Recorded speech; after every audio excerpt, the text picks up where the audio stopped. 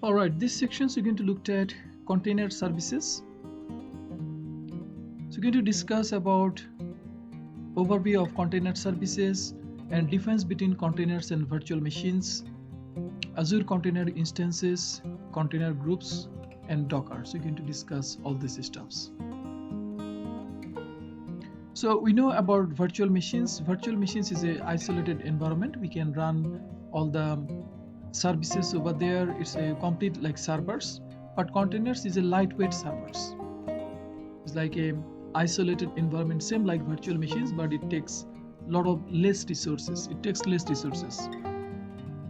So isolations typically provides lightweight isolations from the host and other containers, but does not provide as strong as a security boundary as a virtual machines.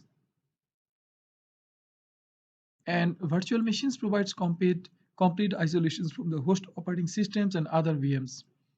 So this is useful when a strong security boundary is critical, such as hosting apps from competing companies on the same servers or a cluster. So this is one of the difference. Then operating systems. Containers runs the user mode portions of an operating systems and can be tailored to contain just the needed services for your apps using fewer system resources. So it will make very light versions of operating system just to run a particular applications.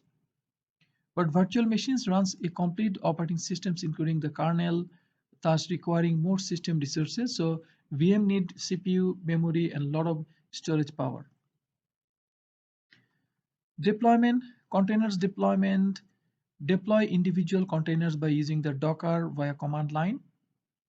Docker is like a management tool, same like a command line, is another versions of um, command line. Deploy multiple containers by using an orchestrator such as Azure Kubernetes Services. And virtual machines deploy individual VMs by using Windows Admin Centers or Hyper-V managers. Deploy multiple VMs by using PowerShells or System Center virtual machines managers. Persistent storage. Use Azure Disk for local storage for a single node or Azure Files for storage shared by multiple nodes or servers. Virtual machines use a virtual disk for local storage for a single VM or an SMB share for storage shared by multiple servers.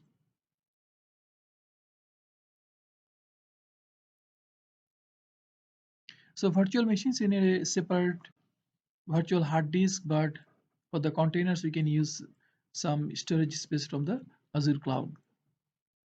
Fault tolerance. If a cluster node fails, any containers running on it are rapidly recreated by orchestrator or another cluster node. That means we may have multiple containers. If something happened with one of the services clusters, hosting services, it may run from different hosting services. So we can set up like that. We can do this one from this Azure Kubernetes Services cluster. From there we'll be able to configure. But VM can fail over to another servers in a cluster as well, with the VM's operating systems registering on new servers. So virtual machines, we can have similar sort of benefits as well, or options as well. So this is a bit of difference with containers and virtual machines. So Azure Container Instances, it's a platform as a service. It can provide the platform as a service, fast startup times, you can create quickly, public IP connectivity and DNS name. So you'll have those containers will have a public IP and DNS, isolation features, custom size, persistent storage, Linux and Windows containers, co-schedule groups, virtual network deployment. So all these features we will have in Azure Container Instances. Fastest way to run a container in Azure without provisioning a VM. So containers, this is a container services. Some web services is running in the container, and it will have a public facing public IP and the port number 80, and it will have a connectivity with the host network. host machines and network services as well. Yes, rapidly you can deploy containers, you can run many different applications top of the containers. You can run some services top of these virtual machines as well, but instead of that, you can run in containers. So it will be very cost effective as well. Testing purposes, you can use these services. What's inside the container? An operating system. Inside, yeah, you can have a light operating systems over there, such as Linux operating systems, Microsoft Windows servers. It doesn't have any interface. Yes, it doesn't have any GUI. It has an interface like just like a command prompt. With the command prompt, by using the Docker command, you'll be able to manage this one.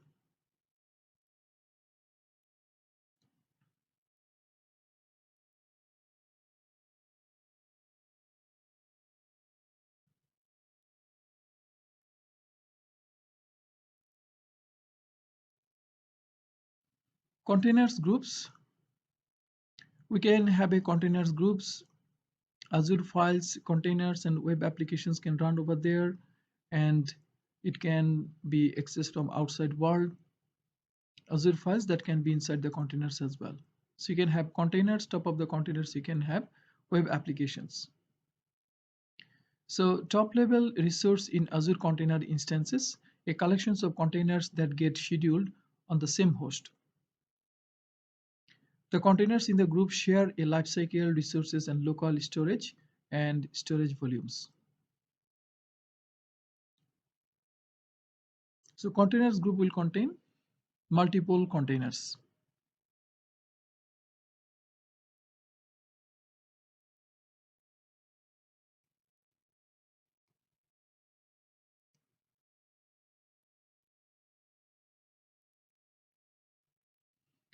So Docker enables developers to host applications within a container. A container is a standardized unit of software that contains everything required for an application to run. So available on both Linux and Windows and can be hosted on Azure as well. So Docker is a separate company. Docker has their own tools, but those tools you can download, and after that it has a Windows versions, it has a Linux versions as well. So you can sign up with Docker, and after that you'll be able to use those Docker services. Same like a PowerShell command prompt, Docker is another language or tools. So you can download the Docker services from Docker Hub. Once you download, you'll have a Docker engine and Docker host. Top of that, you'll be able to run all these services.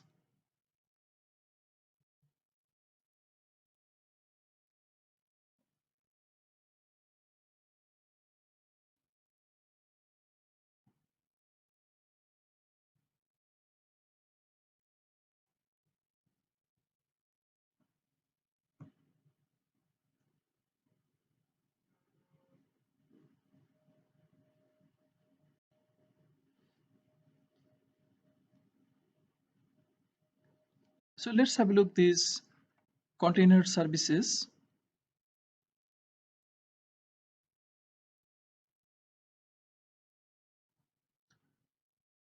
So logged in here. So I'll just go.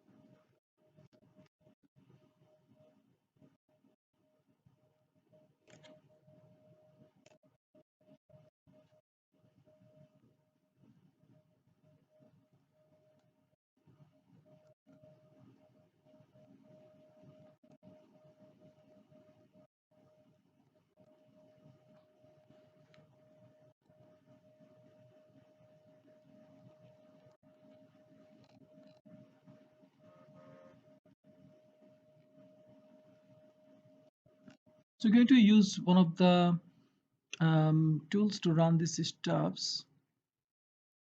So if you go to deploy a container instance in Azure using the Azure portal. So I'll save this one inside our links.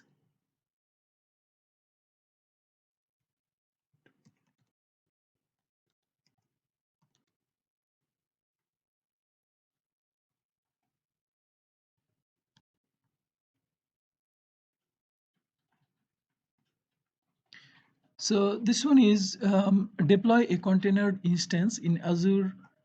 Just you type that, you'll find these options. So first thing, we need to have a container instances, and after that we'll be able to select the options. So let's go to our portal. We search for container instances.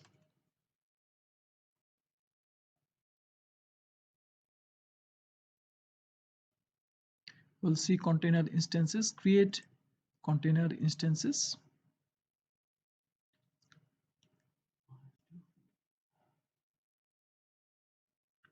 So this browser, I think I'll use my other browser in Mozilla. So that's a container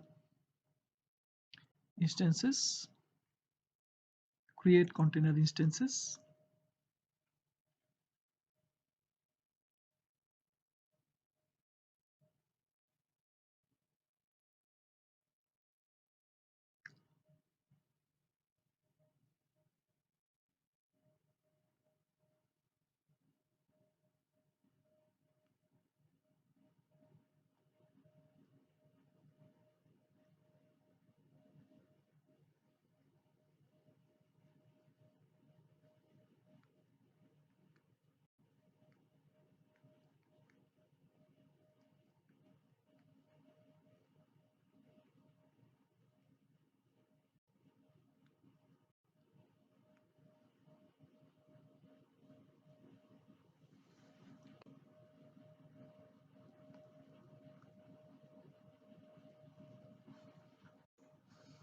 Is it working for you?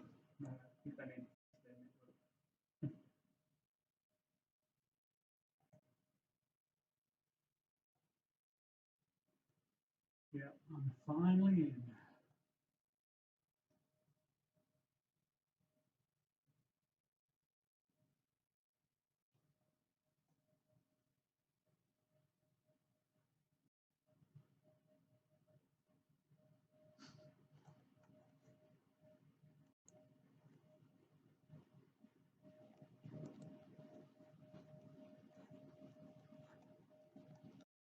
I've got multiple window, but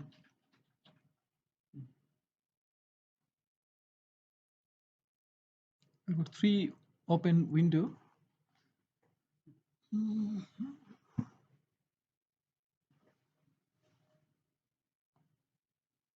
you use the same resource group or? Yes, we can use the same resource group.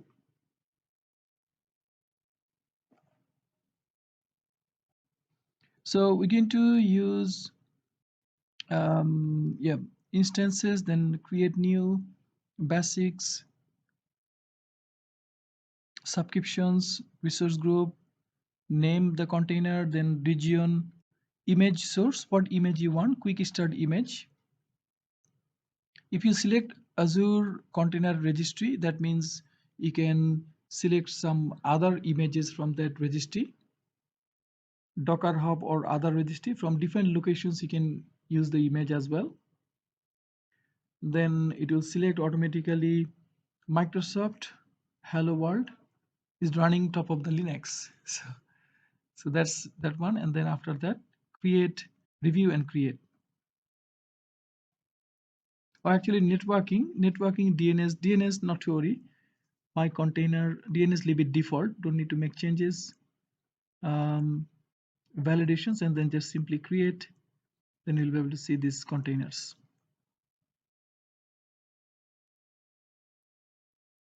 And give this one a lot of time to make sure like it's running. please. This one. Yeah, finally, yes, I'm getting the RG1 container name, my container,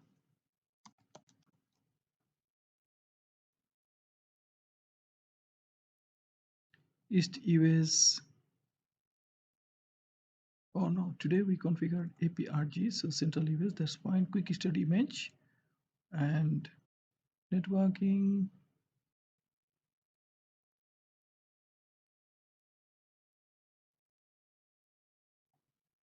Create.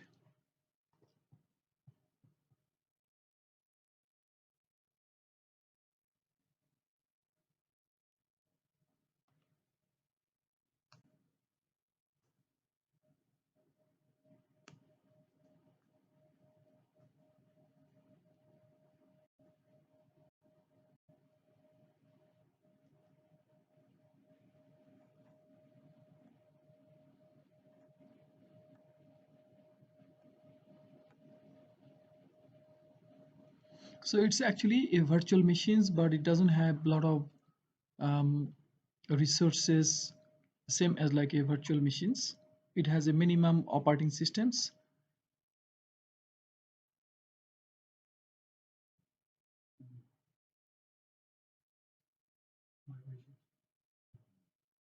Okay. So did you make any changes with networking? Yeah. Just leave it default because it's trying to translate the DNS and other things. So it's got a public IP addresses. It doesn't have any fully qualified domain name. It doesn't have NIC card and many other stuffs. It's just simply Linux.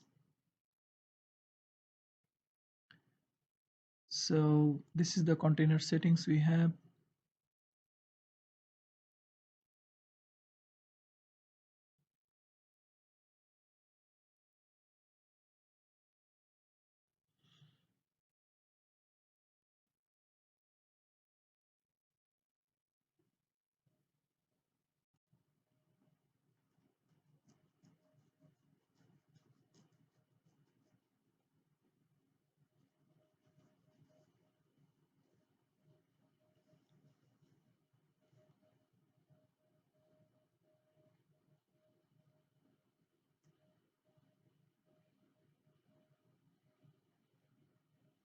So it has the containers informations, events, properties, logs.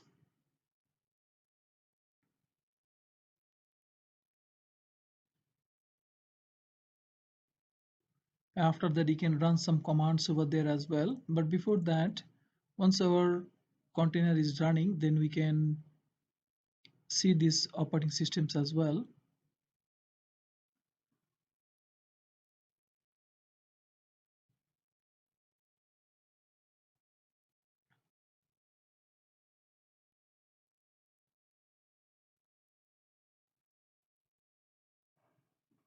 So when the container is running, you will have a fully qualified domain name.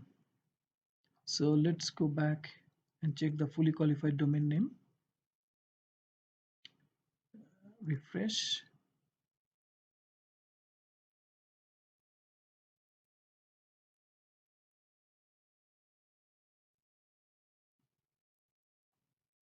Okay, I'll try to run from other side and see it's got this.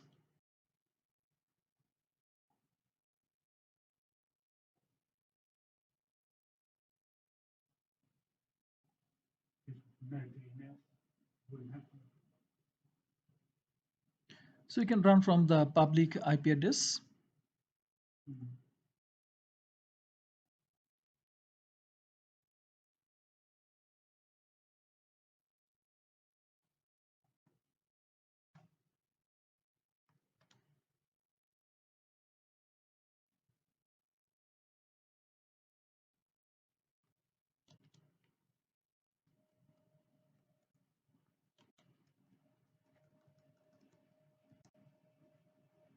Yes, so it's from the IP address is running.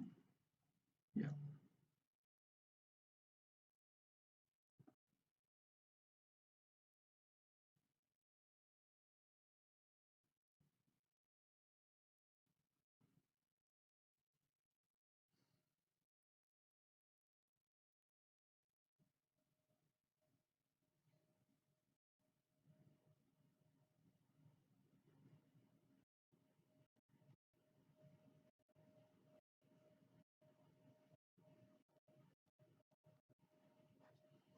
All right, so containers is pretty similar way we can configure container instances,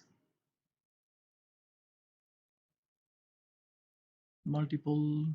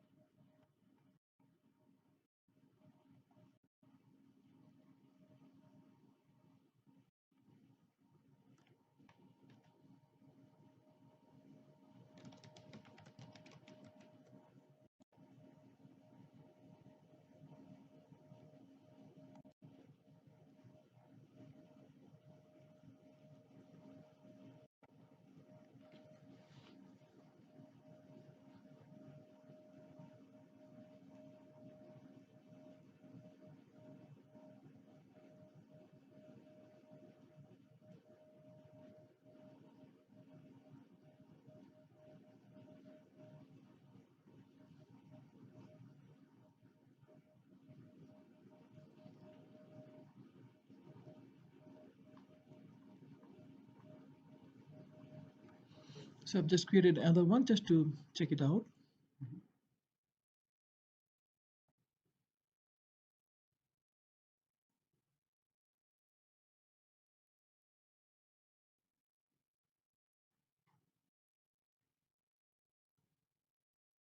Yeah, this one got fully qualified domain name. So this name just need to be unique. So then it will work.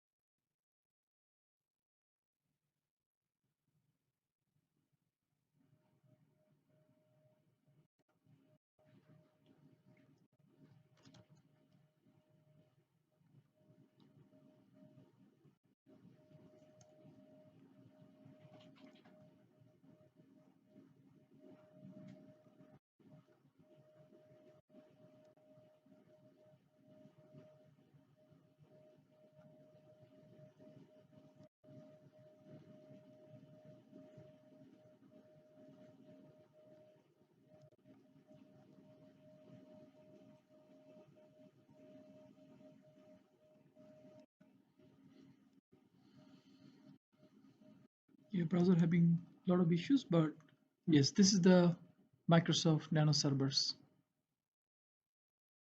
This is the Microsoft Web Services is running. After that, if top of that, you can, yes, Windows containers, yes. Another one was Linux containers. This one was top of the Linux, it was that, yeah.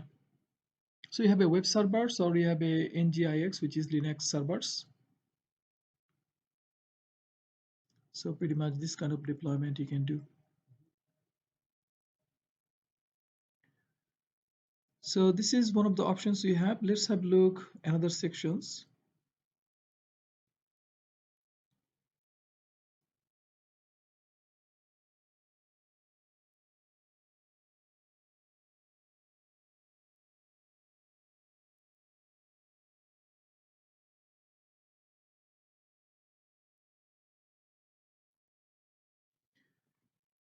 This sections we're going to talk about Azure Kubernetes Services. This is pretty similar like containers.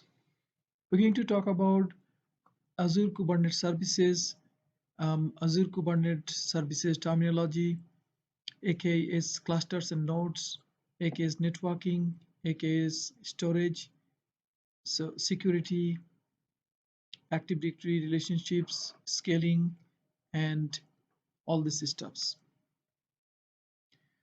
So Azure Kubernetes Services is manages health monitoring and maintenance, performs simple clustering scaling. Cluster scaling enables master nodes to be fully managed by Microsoft. You are responsible only for managing the agent nodes. Master nodes are free and you pay only for the running agent nodes.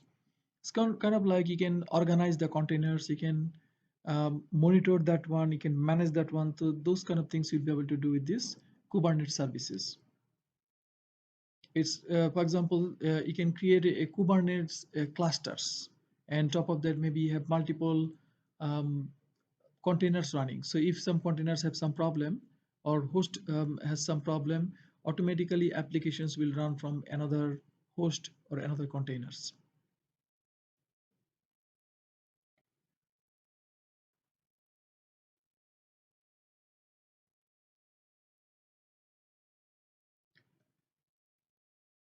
So this Kubernetes services, we have some stuff such as pools, groups of nodes with identical configurations. So that will be inside the pool. Nodes means individual VM running containerized applications. Pods means a single instance of an applications. A pod can contain multiple containers. So pod is a applications and pod can contain multiple containers. Such as this is one pod, it has multiple containers. Deployment, so one or more identical pods managed by Kubernetes.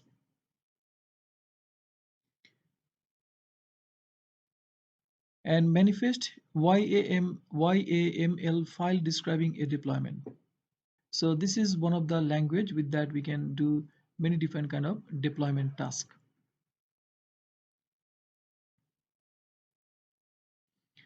So this Kubernetes service, we have a clusters and nodes. Cluster master provides core Kubernetes services and orchestrations.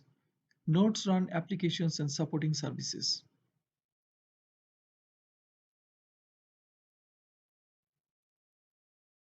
Such as we have, this is the cluster masters we have. Inside there we have application services. We can run some schedule.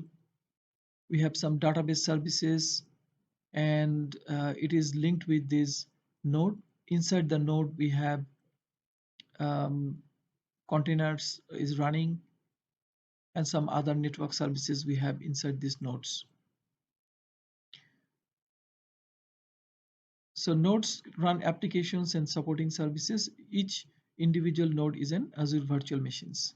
One node means one virtual machines.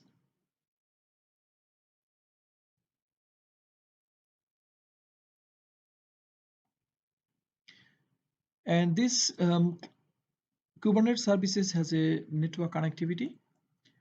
So internet traffic, incoming direct traffic, incoming non-direct traffic. So all these things can communicate with these pods.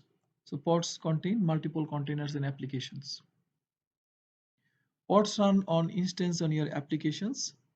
Services group pods together to provide network connectivity. Cluster IP provides internal traffic access. Node port provides mapping for incoming direct traffic. Load balancer has external IP address for incoming non-direct traffic. So these are the options we have from the Kubernetes services. So Kubernetes has a storage as well. Local storage on the node is fast and simple to use. Local storage might not be available after pod is deleted. Multiple pods may share the data volumes. Storage could potentially be reached to another pod. So this cluster services, it will use this Azure managed disk, or it can use the Azure files as well. Premium storage and standard storage services, it will use for storage. So AKS security, Azure Kubernetes Services cluster is a upgrade orchestrations with node cordon and drain. So it has cluster masters and node, and inside the node we have many different pods. Cluster master is a fully managed management portal, we can say, or fully management can be done from here. Node is automatic operating system security patch. Networks private virtual networks and network security group, those things will be able to manage for this AKS cluster. Data Kubernetes secrets for credentials and keys. So it will maintain password, and it will maintain also the credentials and keys as well.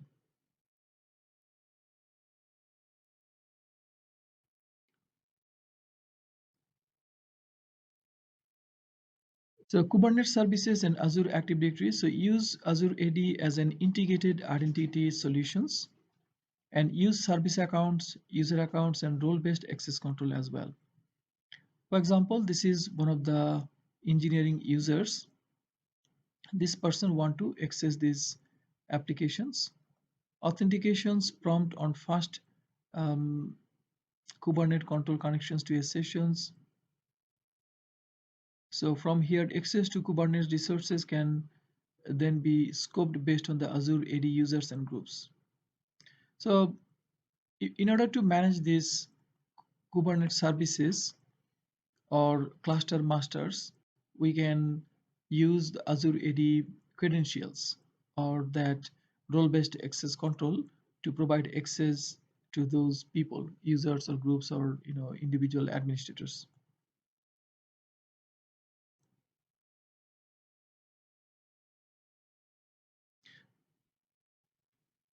Scaling.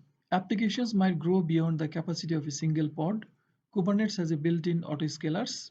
Cluster autoscalers scales based on the compute resources. Horizontal pod autoscaler scales based on the matrix. Since this kind of like provide high availability, scale out, scale in, so those kind of services can be provided from the AKS cluster. It has a cluster autoscaler. With that, if you need more nodes or if you need more pods, it can manage those things.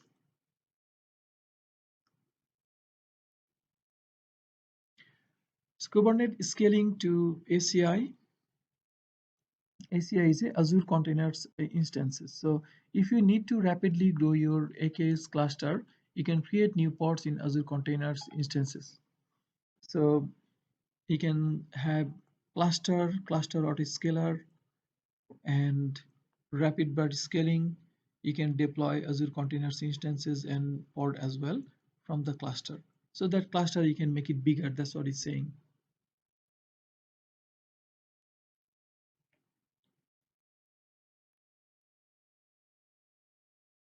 So virtual kubelet, once you have a this AKS clustered, it will have a Kubernetes APIs, Kubernetes node, virtual Kubernetes containers, Azure Batch, and other providers will be there. So virtual kubelet is an open source Kubernetes kubelet implementations.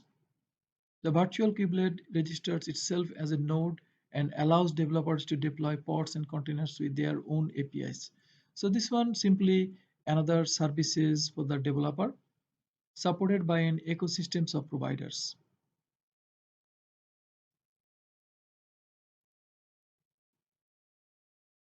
So this is one of the open source um, features that can be used by developer to in order to maintain these containers.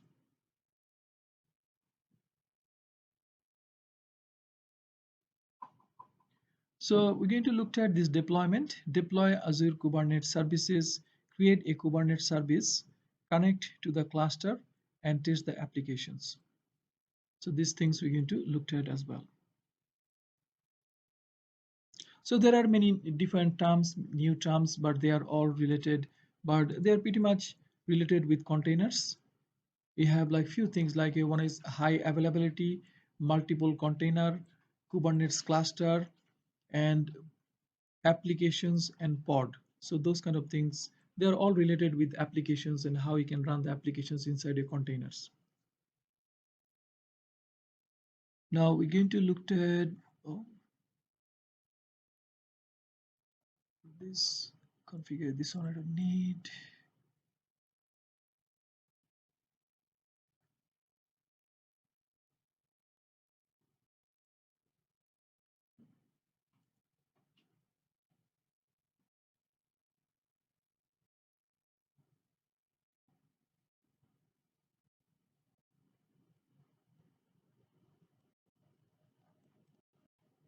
Okay, we're going to use one of the deployment options. Deploy an Azure Kubernetes Services clustering using ARM template. So ARM template we're going to look at later on. At first, we're going to look at from the portal.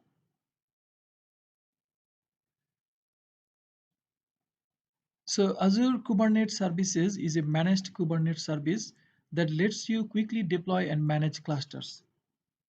You deploy an Azure Kubernetes Service cluster using the Azure Portal, a multi-container applications that includes a web front end, and a Redis instance is run in the cluster.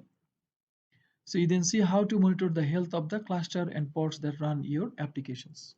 You can run applications, you have redundancy, you have load balancing, and after that you'll be able to monitor from these services. So we're going to look at this exercise. So at first we need to create Kubernetes clusters. So we're going to create the Kubernetes clusters. After that, we have multiple options. You can scale down. Once you have clusters will be up and running. After that, you need to connect to the clusters. So if you want to manage the cluster, you're going to use kube control, Kubernetes command line client we're going to use. So that means we need to use the bash command from the Azure portal. We can use this bash command, and with that we'll be able to connect to the cluster. After that, we'll be able to see which container is running, and we'll be able to connect to the cluster. We'll check the um, containers and we'll run one applications. One of the applications we're going to run, this is written in YAML in this format. So once we run this one, then after that we'll be able to test that applications. Then we'll be able to monitor health and logs.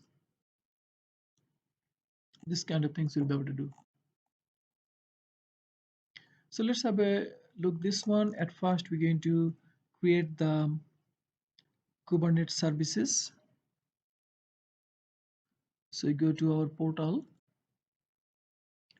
and Kubernetes services. We just open this one, add Kubernetes cluster.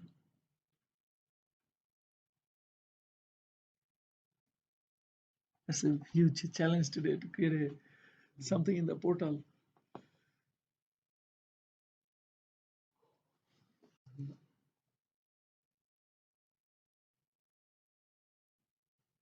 So I'll try in my another browser.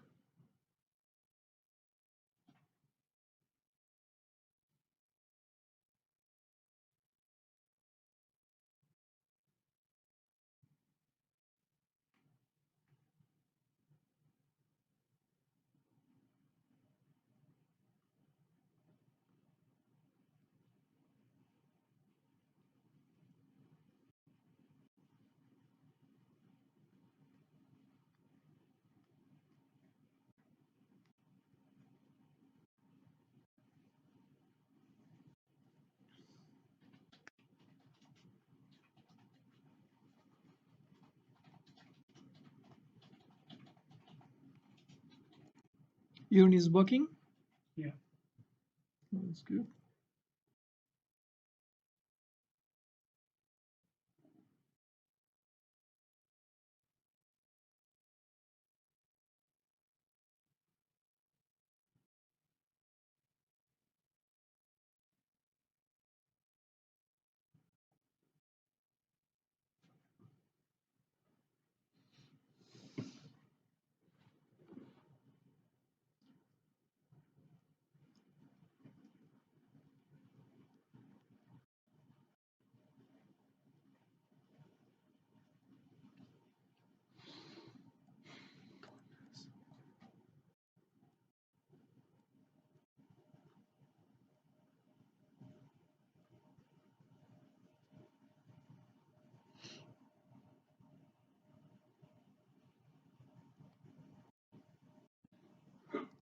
Mm.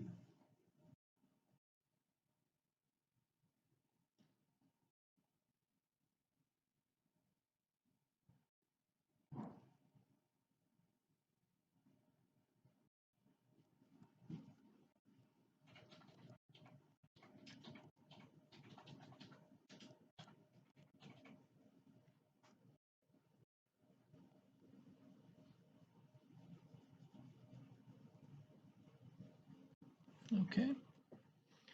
So once you got that one,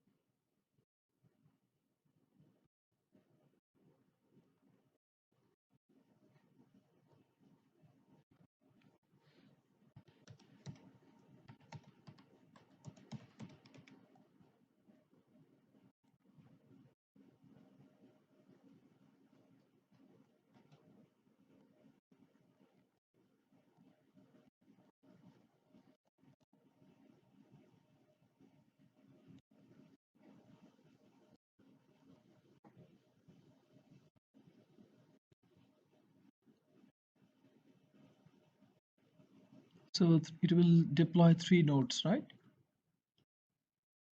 Mhm. That's the default is selected.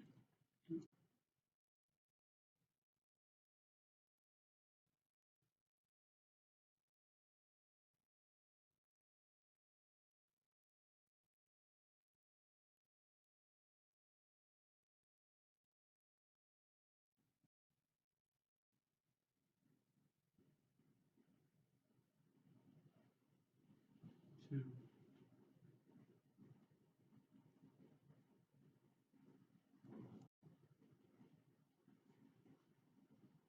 We're using an existing service principal.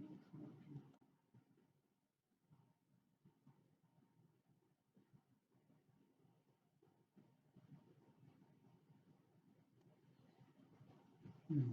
Did you create a new resource group? Oh, no, I have used the same resource group that this morning we have created one. Just use that one.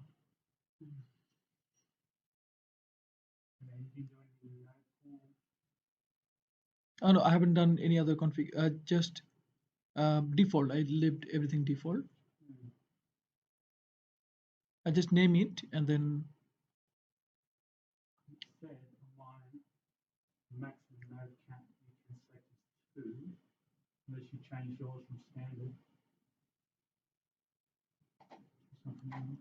your node size is standard B2. That one kind of like that. Or B2 one is standard B2. okay. And what is your node count?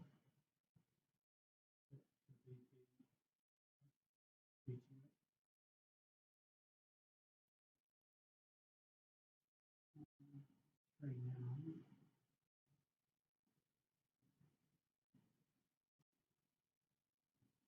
now. Required information is missing or not valid.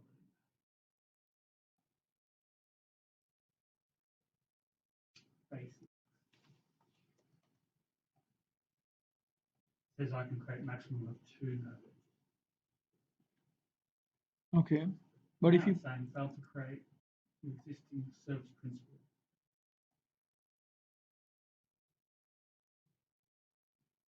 Existing service principal.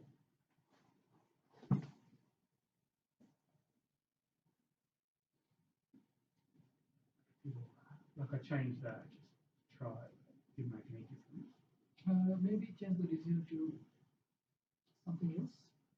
Central US. Yep.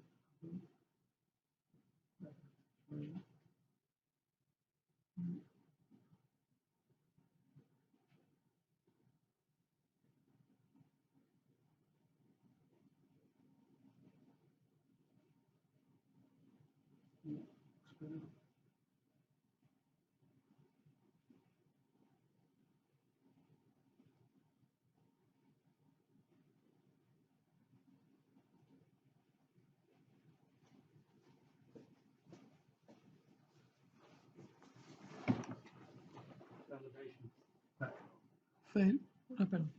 What is? Now we have template parameter principal ID.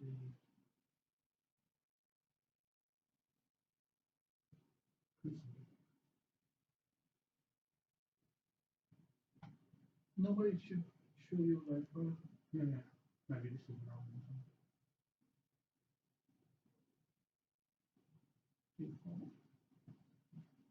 Kubernetes cluster name. Just put something small and all small letter. So my AK service one or something. Oh yeah, that's fine. Yeah.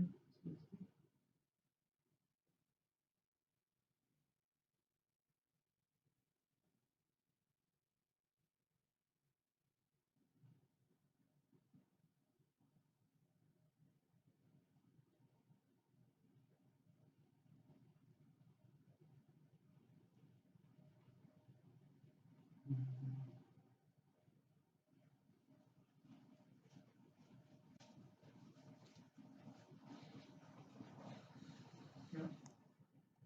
Gone through? Yeah. It's good. So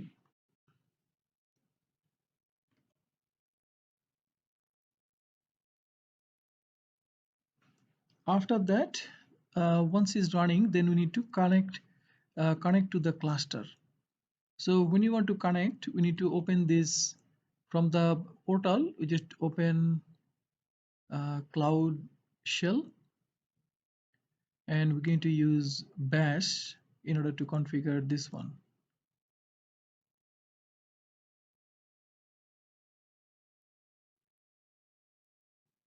So click create. So this one will create this. So we need a user Azure and this portal we need. After that, to configure this Kubernetes to connect to the cluster, we use these credentials. So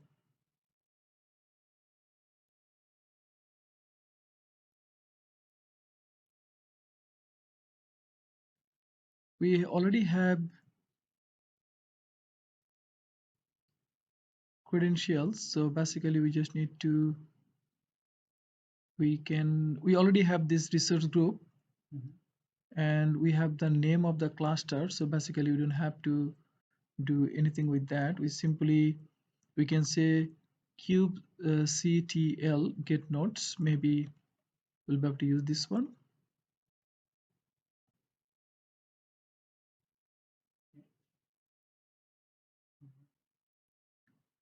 Error, you must be logged into the servers.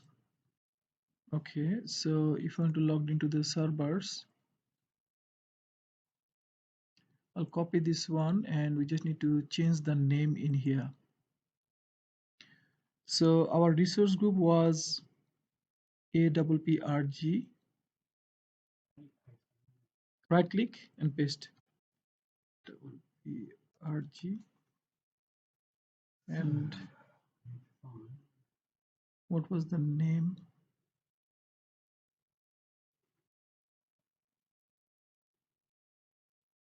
So cluster name is required.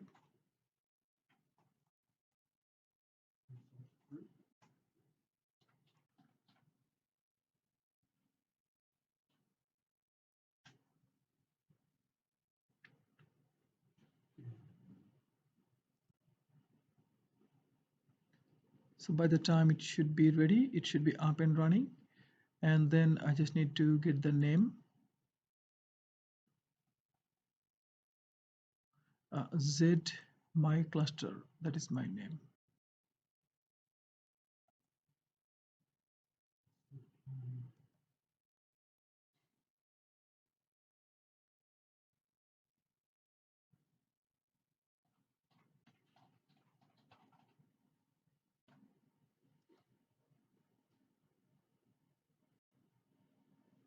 Yes, it's connected. So I can see that three nodes, I should have three nodes, and these three nodes, they are running, and Kubernetes agent is already there.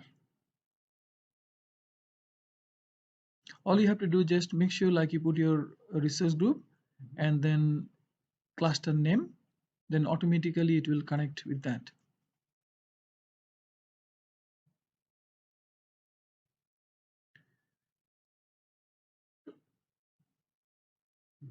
After that, we just need to run these applications.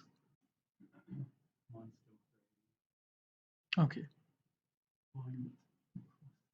Application means a Kubernetes manifest file defines a desired state for the cluster, such as what container image to run. In this quick start, manifest is used to create all objects needed to run the Azure Void applications. A manifest includes two Kubernetes deployments, one for the simple Azure Void Python applications and other for a Redis instance. So two Kubernetes services are also created, an internal service for the Redis instance, an external service to access the Azure Void applications for the internet. These services is already created in these Python applications. So for us, what we'll do, we'll just copy this one.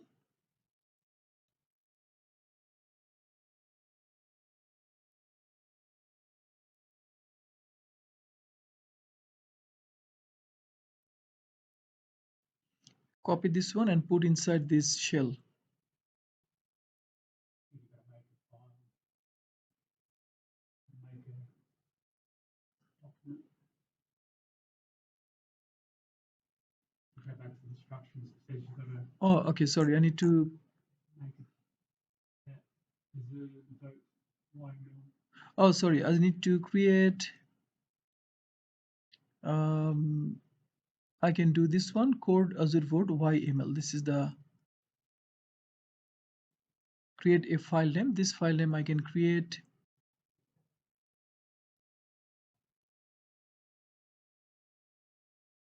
right? And then we can paste over there, yes. Copied, and this is the shell created. And after that, there's a save button here.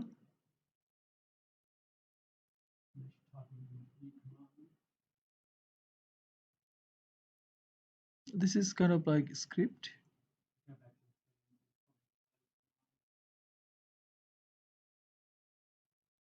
Um,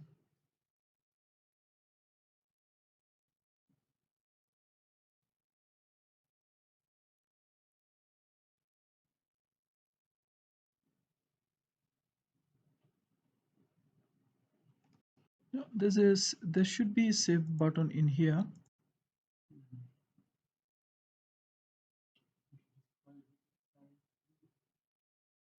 This is the button, yes, and save.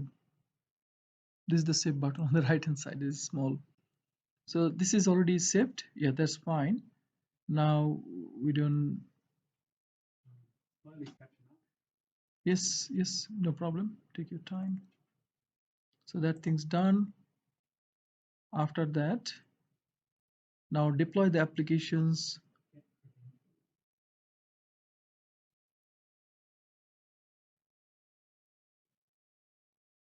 You need to do the get credentials to log in or something. Yes, so basically what you have to do, you need to,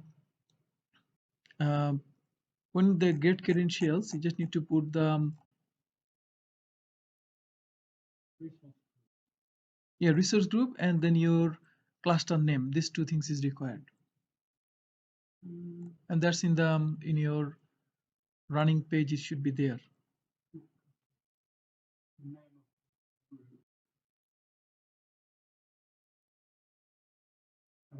See the, when you have click on your cluster, you can see the resource group name, and also this is your cluster. These two things is required. There's a resource group.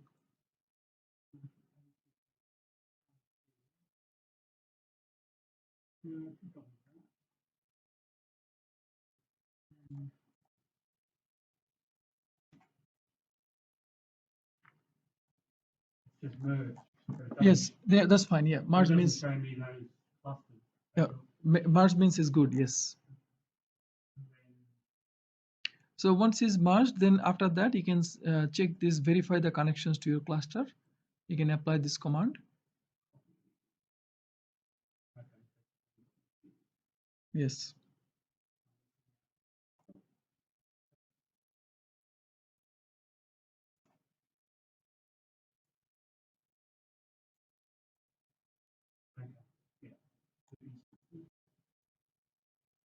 I create a document. Then you create this Azure dash code space Azure dashboard.yaml.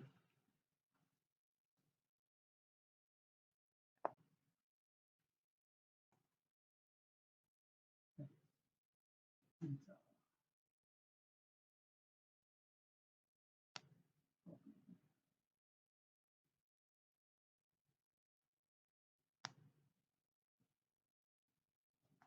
How do you paste? So once you go to the cloud here, So once you create a file, how do you paste it into the file? you got this window, small window. Yep. So right click on that one and paste. Not giving me paste. Or in the right hand side there should be some.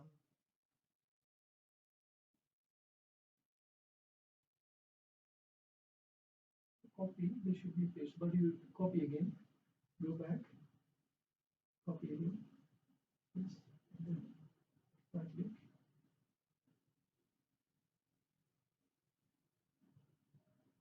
Control V, yes, let's go. You save, yeah. And then you can, after that you can hide that, yeah. And, Right, so then we've got to apply it.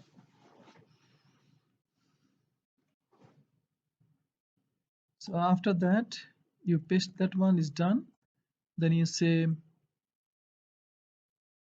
deploy the applications. So you just apply this command, then it will be deployed. Mm,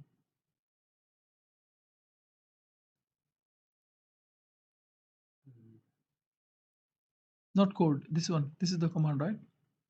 See the deploy the applications using Cubelet TL apply with this command. apply. Below that one, there's a command called kubectl apply-f azureport.yaml. Just copy paste that one.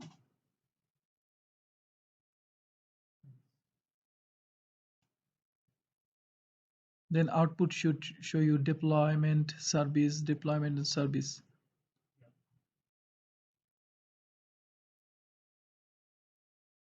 After that, we can monitor the progress. Pretty much we copy this first command, which is kubectl get service command. And once you run this command, we'll be able to see the progress.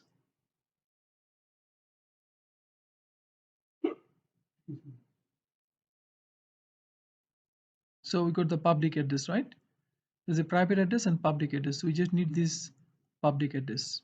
Copy the public address and run in the browser.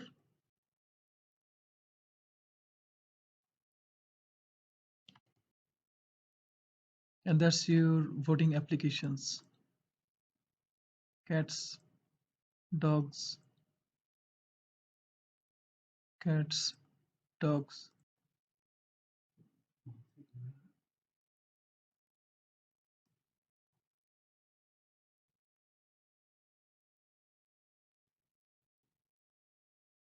Can't find public. But it may take a bit of time.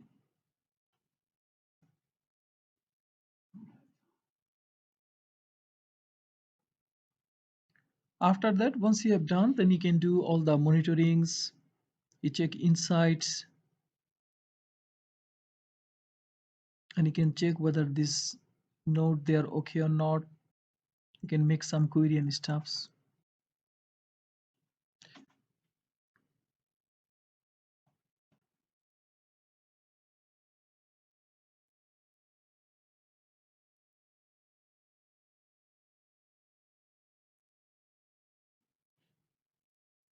Yeah, I've got it. Good. So once you have that, then you'll get these applications.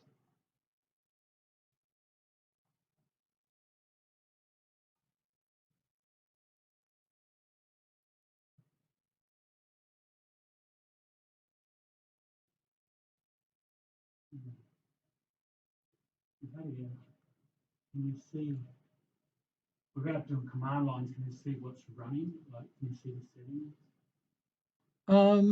That's a few with a few commands you can see some stuff. But now, if you go to portal, Or do you want to edit that? You have to edit that document. if you want to edit the document, there's YAML. That file you need to change.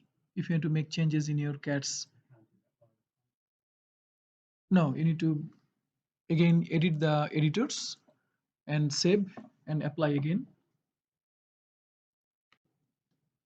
But from the monitoring sides, now insights, we'll be able to see these CPU utilizations, nodes. So if you click on nodes, you'll be able to see how many nodes is currently running. At the moment, 3 nodes is running. You got 2 or you got 2, yes. So top of these 3 nodes, we have some containers running.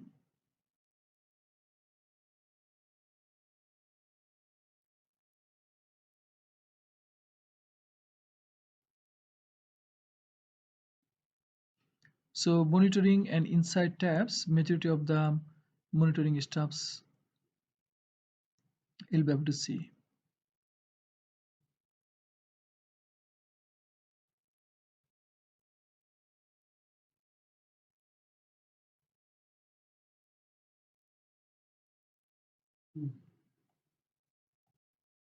So these things is very good for the developers. Depends many different context.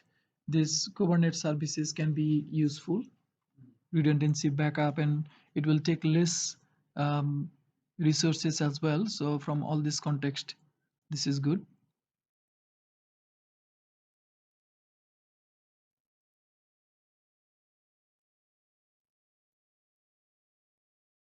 You can check the Kubernetes network as well.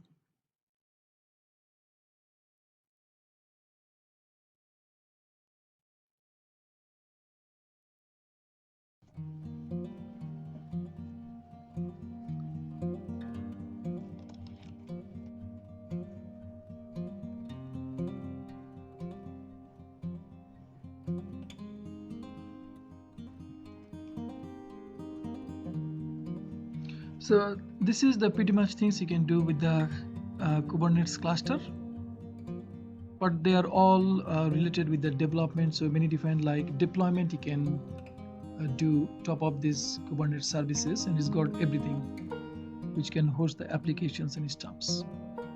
Especially lightweight applications, this is very good. These days there are a lot of small apps, simple apps you can run in here.